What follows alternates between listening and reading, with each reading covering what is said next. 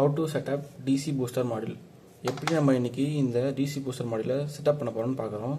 இதுக்கு என்ன தேவைன்னா ஃபர்ஸ்ட் 3.5 வோல்ட் அந்த பேட்டரி கேஸ் வேணும், லித்தியம் பேட்டரி கேஸ் வேணும். நெக்ஸ்ட் லித்தியம் பேட்டரி இது எவ்வளோ எம்ஏஹெச்னு இருக்கலாம், நான் 800 mAh 3.7 வோல்ட் எடுத்துருக்கேன். நெக்ஸ்ட் அதுக்கப்புறம் நம்ம எவ்வளோ வோல்டேஜ் செக் பண்ண எவ்வளோ வோல்டேஜ் வருது அப்படின்னு சொல்லிட்டு நம்ம செக் பண்ணுறதுக்காக நமக்கு மல்டிமீட்டர் தேவை. சரி வாங்க ஃப்ரெண்ட்ஸ், டேட்டா போயிட்டு நம்ம இதை கனெக்ட் பண்ண ஆரம்பிக்கலாம். ஃபர்ஸ்ட் நம்ம வந்து லித்தியம் பேட்டரியை அந்த கேஸில் போட்டுடலாம். நெக்ஸ்ட் அதுக்கப்புறம் சால்டர் பண்ணலாம். இதில் தெளிவாக கொடுத்துருப்பாங்க பாருங்கள்.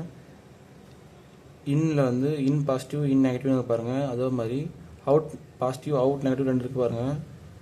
இதை நீங்கள் பார்த்து சால்டர் பண்ணுற மூலிமா ஈஸியாக தெரிஞ்சுக்க முடியும். ஏன்னா அதில் சிம்பிளாக கொடுத்துருக்காங்க அந்த மாடியூலில்.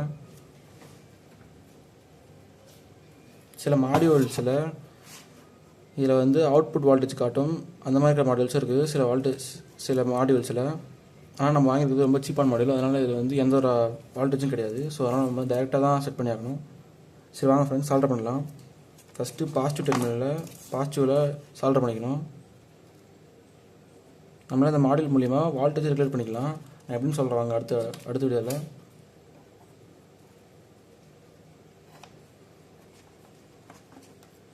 அதுக்கப்புறம் பார்த்தீங்கன்னா இப்போது நம்ம மாடியூலை சால்டர் பண்ணி முடிச்சிட்டோம். இப்போ நம்ம வோல்டேஜ் மீட்டரை சால்டர் பண்ணலாம். வாங்க,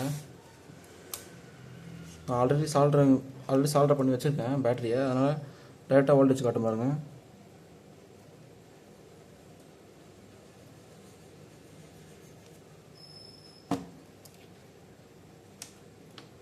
சால்டர் பண்ணும்போது பார்த்து சால்டர் பண்ணுங்கள், வெறும் கையில் சால்டர் பண்ணாதீங்க. எக்ஸ்பீரியன்ஸ் இருந்தால் மட்டும் சால்டர் பண்ணுங்கள்.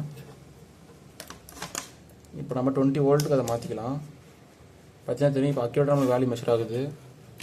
இப்போ இதில் எப்படி வோல்டேஜ் ரெகுலேட் பண்ணணும் பார்த்தீங்கன்னா, இங்கே பார்த்தீங்கன்னா அந்த வோல்டேஜ் ரெகுலேட்டர், அது மூலிமா நம்ம ரெகுலேட் பண்ணலாம்.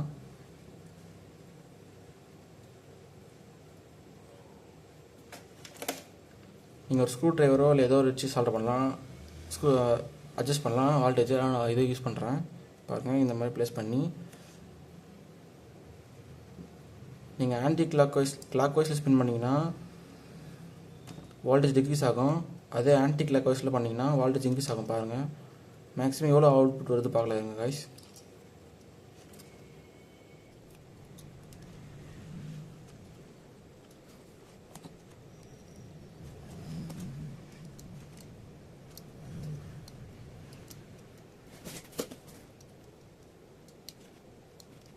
ஒரு டன் வந்து ஓவர்டிங் சார் மேக்ஸிமம் வோல்டேஜ் பாருங்க.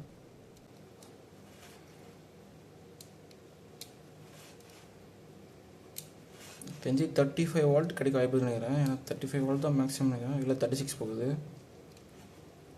37, 38 அவ்வளோதான் ஃப்ரெண்ட்ஸ். மேக்ஸிமம் 38 வோல்ட்ஸ் கிடைக்குது. அதாவது 3.7 வோல்ட் பேட்டரியிலேருந்து நமக்கு மேக்ஸிமம் 37 வோல்ட் கிடைக்குது.